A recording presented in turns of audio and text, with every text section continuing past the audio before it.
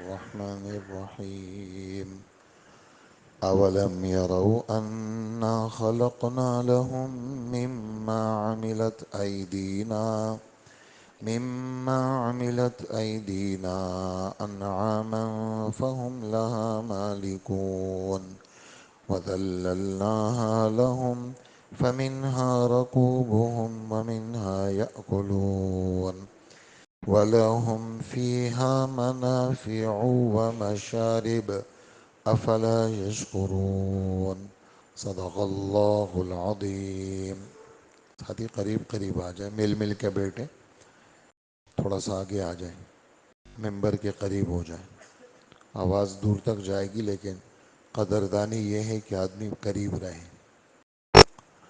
3 آیتیں سورہ یاسین کی آپ حضرات نے سنی ہیں، آیت نمبر 71، 72 اور 73۔ اللہ جل جلالہ کی نعمتوں کا بیان ہے اور احسان عظیم ہے کہ یہ لوگ یہ بات نہیں دیکھتے کہ یہ جتنے بھی چوپائے ہیں، چاہے وہ گائے کی صورت میں ہو، بیل، گائیں، بھینس، اونٹ، بکریاں، دمبے، ہر ایک علاقے کے اپنے اپنے، جیسے بہت سارے علاقوں میں دمبوں کو پسند کیا جاتا ہے تو وہاں دمبے زیادہ ہیں، بہت سارے علاقوں میں بکریوں کو پسند کیا جاتا ہے وہاں بکریاں زیادہ ہیں، اور عرب ممالک میں اونٹ کو پسند کیا جاتا ہے تو وہاں اونٹ زیادہ ہیں، اور بہت سارے علاقوں میں جیسے پنجاب میں بھینسوں کو پسند کیا جاتا ہے تو وہاں بھینسیں ہیں، چوپائے۔ تو فرمائیں کہ ہمارے دست قدرت نے یہ چوپائے بنائے ہیں اور پھر ان چوپایوں کے یہ مالک بن گئے۔ اس میں یعنی ایک تو احسان ہے اللہ کا، یعنی جتنے بھی یہ جانور ہیں اس میں اس کی بناوٹ اور پیدائش میں کسی کا دخل نہیں ہے، جیسے خود ہماری پیدائش میں ہمارا دخل نہیں ہے، اللہ نے اپنی قدرت سے ہمیں بنائے، ایسے ہی یہ جانوروں کی پیدائش میں ہمارا دخل نہیں ہے، اللہ پاک اپنی قدرت سے ان جانوروں کو پیدا کرتے ہیں، اور پھر اللہ پاک نے صرف نفع کے لیے نہیں رکھا کہ یہ بھینس سے تم نفع لو، اس سے ایسا نہیں رکھا، مالک بنا دیا، نفع بھی لے سکتے ہو تم، اس کو بیچ کر کے اس کے پیسوں سے بھی نفع لے سکتے ہو۔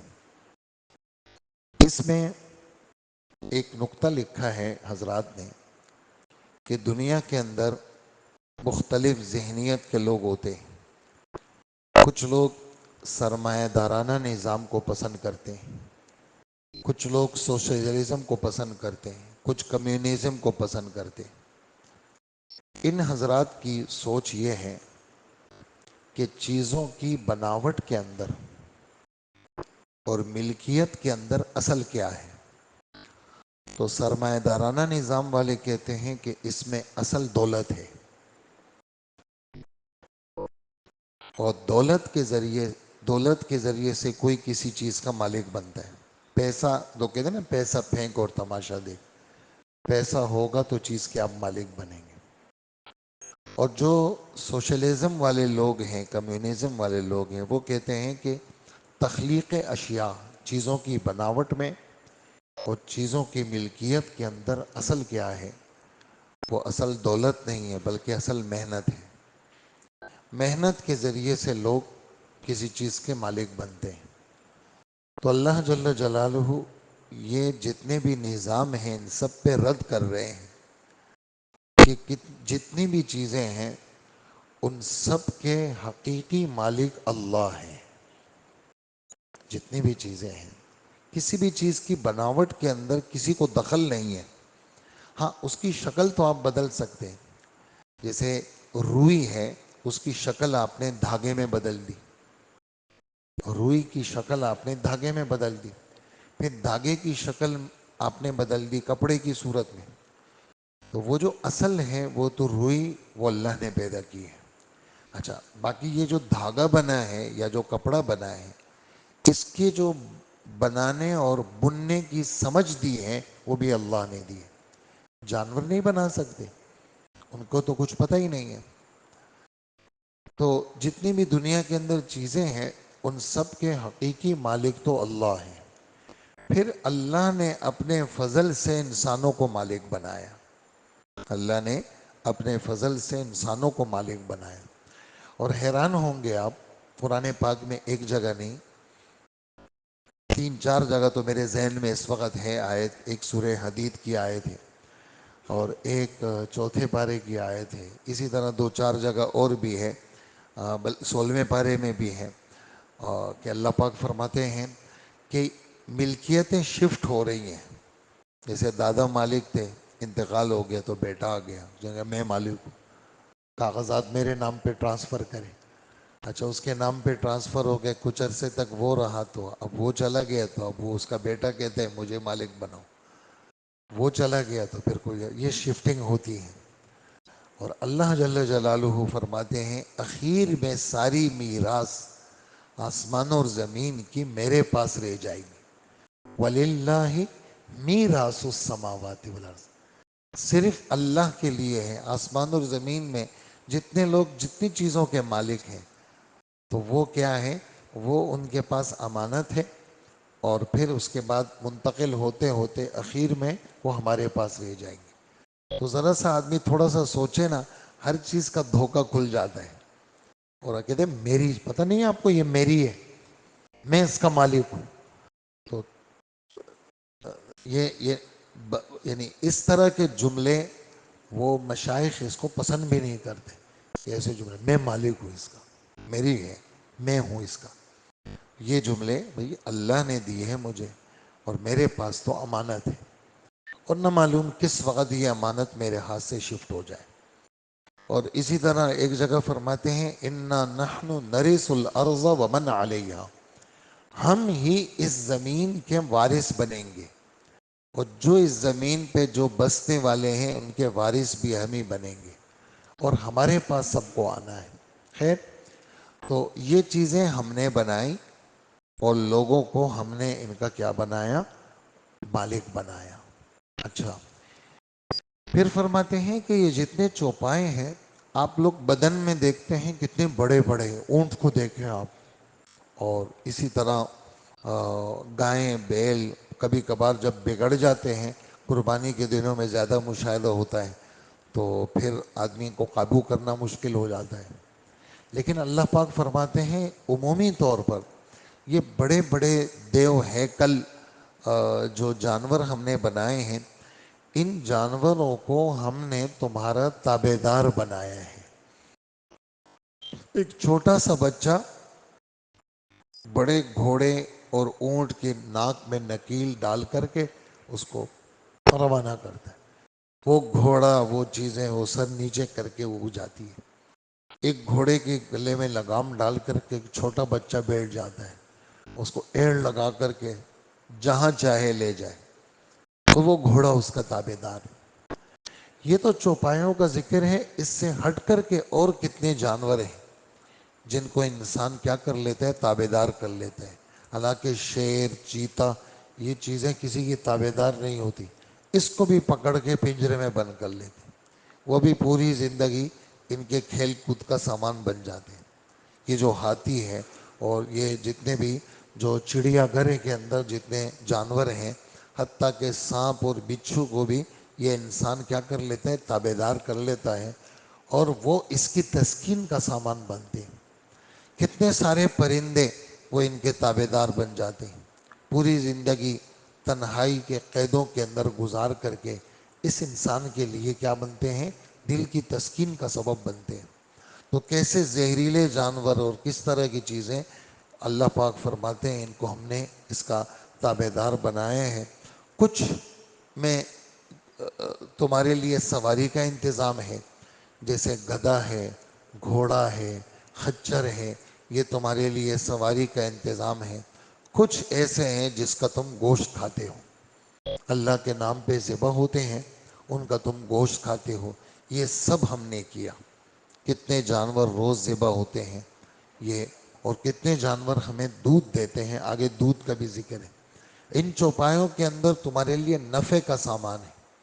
یہ جو بھیڑ دمبے ہیں، ان کے اوپر جو بال اگتے ہیں یہ باقاعدہ کاٹے جاتے ہیں. اور اس کے کمبل بنتے ہیں اور اس کے سویٹر بنتے ہیں اور اس کے جیکٹیں بنتی ہیں، ان کی کھالوں سے چیزیں بنتی ہیں، بھیڑ دمبا ان کے کھالوں سے چیزیں بنتی ہیں، ان کے بال استعمال میں آتے ہیں۔ اور اللہ جل جلالہ ایک جگہ اس کا ذکر بھی کرتے ہیں، واللہ جعل لکم من بیوتکم سکنا وجعل لکم من جلود الانعام بیوتا تستخفونها یوم ظعنکم ویوم اقامتکم ومن اصوافها واوبارها واشعارها اثاثا ومتاعا الى حین۔ سورہ نحل 14واں پارہ۔ اللہ پاک نے تمہارے لیے جو گھر بنائے ہیں رہائشی، یہ اللہ نے بنائے ہیں، اور جانوروں کے کھالوں سے تم لوگ خیمے بناتے ہو۔ جانور اس زمانے میں جانور کی کھال اتار کر کے لوگ خیمے بناتے تھے، اور اگر کوئی اور چیز ہو تو وہ تو بھاری بن جائے۔ یہ جو کھال ہوتی ہے جب اچھی طرح اس کو پریس کرتے ہیں، دباغت دیتے ہیں، تو یہ ہلکی پھلکی بن جاتی ہے۔ تو اللہ پاک فرماتے ہیں اس کا اٹھانا، اس کا لگانا تمہارے لیے ہلکے پن کا سبب ہے۔ اور وَمِنْ أَصْوَافِهَا وَأَوْبَارِهَا وَأَشْعَارِهَا، اصواف صوف کی جمع ہے، بھیڑ اور دمبے کے بالوں کو کہا جاتے ہیں، اون کو کہتے ہیں، اور اوبار وبر کی جمع ہے، یہ جو اونٹ کے اوپر بال ہیں اس کو وبر کہتے ہیں، اور یہ جو گائے اور بکری کے اوپر جو بال ہیں اس کو شعر کہتے ہیں۔ تینوں کا ذکر ہے، اون سے بھی تم فائدہ اٹھاتے ہو، اور اونٹ کے جو بال ہیں اس سے بھی تم فائدہ اٹھاتے ہو، اور یہ جو بکری کے بال وغیرہ ہیں اس سے بھی تم فائدہ اٹھاتے ہو۔ کوئی بھی چیز ہم نے فائدے کے بغیر چھوڑی نہیں ہے، یہ سب ہم نے تمہارے لیے اس کا فائدہ رکھا ہے۔ وَلَهُمْ فِيهَا مَنَافِعُ، اور دوسری چیز فرمائی وَلَهُمْ فِيهَا مَشَارِبُ، پینے کا سامان۔ یہ دودھ ہے، پھر دودھ سے لسی بھی بنتی ہے، پھر دودھ سے آئس کریم بھی بنتی ہے، پھر دودھ سے دودھ کی بوتلیں بھی بنتی ہیں۔ ایک دودھ ہے اس کو سکھا کر کے سوکھا دودھ بھی بنا لیتے ہیں، ایک دودھ ہے اس کو محفوظ کر کے ڈبوں میں پیک کر لیتے ہیں، وہ دنیا بھر کے کام آتے ہیں۔ وہی دودھ ہے اس سے مکھن بھی نکلتا ہے، وہی دودھ ہے اس سے گھی بھی نکلتا ہے، اس سے چھاچھ بھی نکلتا ہے، نہ معلوم ایک جانور سے وہ پھر وہ دودھ کی جو صنعت ہے، یعنی دودھ کی جو بناوٹ ہے، وہ 14ویں پارے میں اور 18ویں پارے میں اللہ پاک فرماتے ہیں کہ جانور جو چارہ کھاتا ہے وہ کس رنگ کا ہے، پانی جو پیتا ہے وہ کیسا ہے، اور جانور کے اندر جو چیز ہے وہ خون ہے، وہ بھی ناپاک چیز ہے، جو اس کا پیشاب ہے وہ بھی ناپاک ہے، جو اس کا گوبر ہے وہ بھی ناپاک ہے۔ اللہ پاک فرماتے ہیں خون، پیشاب اور گندگی کے بیچ میں سے ہم تمہیں خالص دودھ پلاتے ہیں۔ یہ بات 14ویں پارے میں، ہاں، کہ ہم تمہیں خالص دودھ پلاتے ہیں۔ نسقیکم لبنن خالصا سائغا للشاربین، ہم خالص دودھ تمہیں پلاتے ہیں، پینے والا جب پیتا ہے تو دودھ اٹکتا نہیں ہے بلکہ آرام سے نگل لیتا ہے، سائغن سہولت کے ساتھ کسی چیز کو نگلنا۔ تو اللہ پاک فرماتے ہیں کہ ان چوپایوں میں تمہارے لیے نفع کا سامان بھی ہے، پینے کا سامان بھی ہے۔ مطالبہ کیا ہے؟ میرا شکر ادا کرو، میری اطاعت کرو، یہ میرا مطالبہ ہے۔ میرے سامنے سر رکھو، میری اطاعت کرو۔ یہ اعضاء جتنے بھی ہیں، سرکاری مشینیں ہیں، اس کی غلط استعمال سے بچو۔ ان آنکھوں کو غلط استعمال مت کرو کیونکہ یہ تمہاری نہیں ہے، یہ اللہ نے دی ہے۔ اس بدن کو غلط استعمال مت کرو، یہ تمہارا نہیں ہے، یہ اللہ کا دیا ہوا۔ کسی بھی وقت اللہ کچھ بھی کر سکتے ہیں، ان آنکھوں کو چھین بھی سکتے ہیں، ان ہاتھوں کو شل بھی کر سکتے ہیں، اور دل کا نظام خراب کر سکتے ہیں۔ اس لیے شکریہ یہ ہے کہ نمازیں ساری پڑھو، گناہ سے بچو، جھوٹ مت بولو، حرام سے بچو۔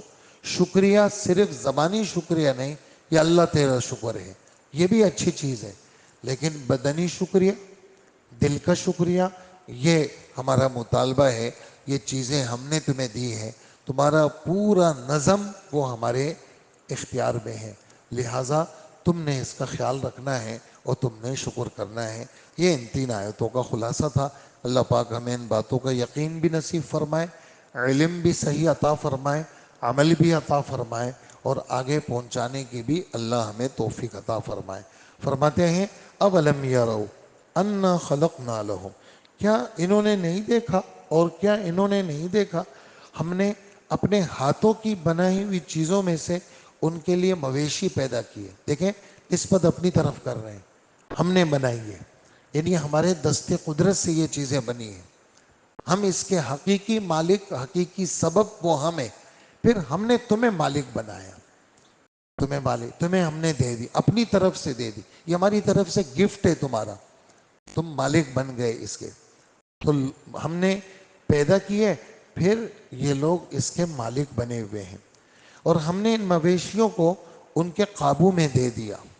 ہاں، بڑا سے بڑا جانور وہ رسی بچہ بھی گلے میں ڈال کر کے اس کو کھینچتا ہے، ایک اونٹ آگے جاتا ہے، 1000 اونٹ پیچھے چل رہے ہوتے ہیں ایک ہی لائن کے اندر، بکریاں ساتھ میں چل رہی ہیں، یہ بیل ساتھ چل رہے ہیں، اسی طرح بھیڑ دمبوں کا ریوڑ آپ نے دیکھا ہوگا، وہ ساتھ ساتھ چل رہے ہوتے ہیں، بالکل ایک لائن میں سب جا رہے ہوتے ہیں۔ تو یہ ہم نے کیا ہے۔ چنانچہ ان میں سے کچھ وہ ہیں جو ان کی سواری بنے ہوئے ہیں، جو میں نے ذکر کیا، گائے یعنی گھوڑا ہے، اسی طرح اونٹ پر بھی سواری ہوتی ہے، اور خچر ہے اور گدھا ہے، ان پہ سواریاں ہوتی ہیں، اور کچھ وہ ہیں جن کا گوشت یہ کھاتے ہیں۔ اسی طرح ان کو ان مویشیوں سے اور بھی فوائد حاصل ہوتے ہیں، کچھ کا ذکر میں نے کیا آپ کے سامنے آیتیں پڑھ کر کے، اور پینے کی چیزیں بھی ملتی ہیں، پینے کا ذکر بھی کچھ نہ کچھ آپ کے سامنے آ گیا۔ کیا پھر بھی یہ شکر نہیں بجا لائیں گے؟ یعنی ترغیب دے رہے ہیں کہ تم نے کیا کرنا ہے، ہماری نعمتوں پہ شکر کرنا ہے۔ اللہ پاک ہمیں عمل کی توفیق عطا فرمائے۔ الحمدللہ رب العالمین۔